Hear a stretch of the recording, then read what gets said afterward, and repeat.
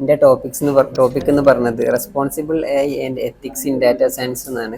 പിന്നെ responsible A I എന്ന് പറഞ്ഞാൽ എ ഐയെ എത്തിക്കലായിട്ടും ഫെയർ ആയിട്ടും ട്രാൻസ്പെറൻ്റ് ആയിട്ടും സൊസൈറ്റിക്ക് ഉപയോഗപ്രദമായ രീതിയിൽ എങ്ങനെ ഡെവലപ്പ് ചെയ്യുന്നുള്ളൊരു കോൺസെപ്റ്റാണ്.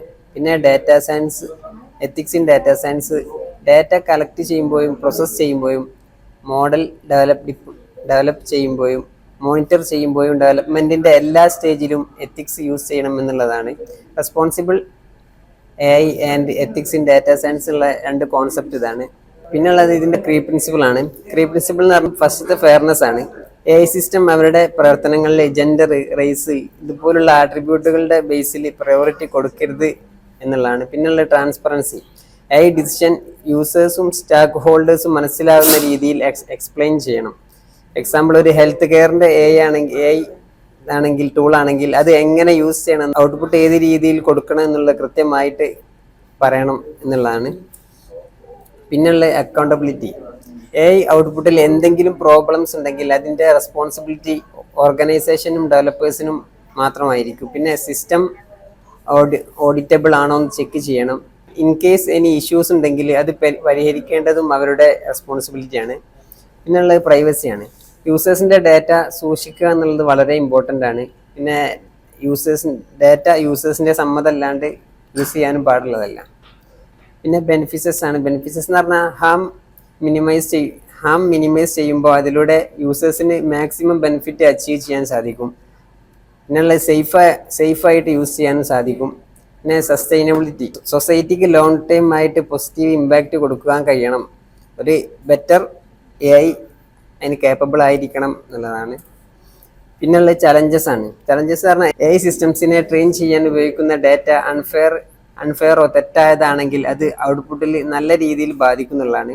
ഔട്ട്പുട്ട് വരുമ്പോൾ അത് റോങ് ഡിസിഷൻ തരും ചെയ്യും. പിന്നെയുള്ള ഒരു പ്രശ്നം, ചരിത്രപരമായി ഡാറ്റകളിൽ പലതും പൂർണ്ണത ഇല്ലാത്തതാണ്. പിന്നെ ട്രൂ ഡാറ്റാസും ആയിരിക്കണം എന്നില്ല. ഇത് വലിയ ചലഞ്ചസ് ആണ്. പിന്നെ പേഴ്സണൽ ഡാറ്റാസ് ഇൻഫോം ചെയ്യാതെ യൂസേഴ്സിൻ്റെ സമ്മതം ഇല്ലാണ്ട് ഉപയോഗിക്കാൻ പാടില്ല എന്നുള്ളതാണ്. ഉപയോഗിക്കാന്നുള്ളതൊരു വലിയ ചലഞ്ചാണ്. പിന്നെ കോംപ്ലക്സ്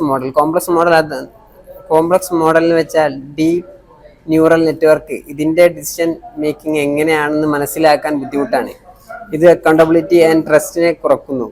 പിന്നെ അടുത്തത് മിസ്യൂസസ് ഓഫ് എ ഐ ആണ്. ഈ ഡീപ് ഫേക്ക് കണ്ടന്റ് ക്രിയേറ്റ് ചെയ്യുന്നതും പിന്നെ misinformation or manipulation content create ചെയ്യുന്നതെല്ലാം വളരെ വലിയൊരു ചലഞ്ചാണ്. ഇതിലെങ്ങനെ ഏറ്റവും ബെസ്റ്റ് പ്രാക്ടീസിൽ ഏറ്റവും നല്ല രീതിയിൽ എങ്ങനെ ക്രിയേറ്റ് ചെയ്യാന്നുള്ളതാണ്. റീവെയിൻ ഡാറ്റാ സെറ്റ്, പിന്നെ ഫെയർനെസ് അവെയർ അൽഗോരിതം യൂസ് ചെയ്ത് ക്രിയേറ്റ് ചെയ്യണം. ഇത് ബയാസ് റെഡ്യൂസ് ചെയ്യാൻ സഹായിക്കുന്നു. പിന്നെ എ ഐൻ്റെ ഔട്ട്പുട്ട് സിമ്പിളായിട്ട് യൂസേഴ്സിന് മനസ്സിലാകുന്ന രീതിയിൽ എക്സ്പ്ലെയിൻ ചെയ്യണം. പിന്നെ പ്രൈവസിക്ക് വേണ്ടി strict data access control implement ചെയ്യണം. പിന്നെ റെഗുലർ ഓഡിറ്റ് ചെയ്യണം. ചെയ്യാറുണ്ട്. ഇത് ബയാസ് ഐഡൻറ്റിഫൈ ചെയ്യാനും കറക്റ്റ് ചെയ്യാനും ഫെയർനെസ് ഉറപ്പുവരുത്താനും സഹായിക്കും.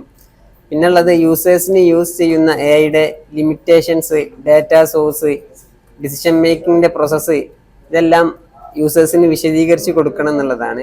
Responsible A I and ethics in data science എന്നുള്ള ടോപ്പിക്കിൽ ഇത്രയൊക്കെയാണുള്ളത്.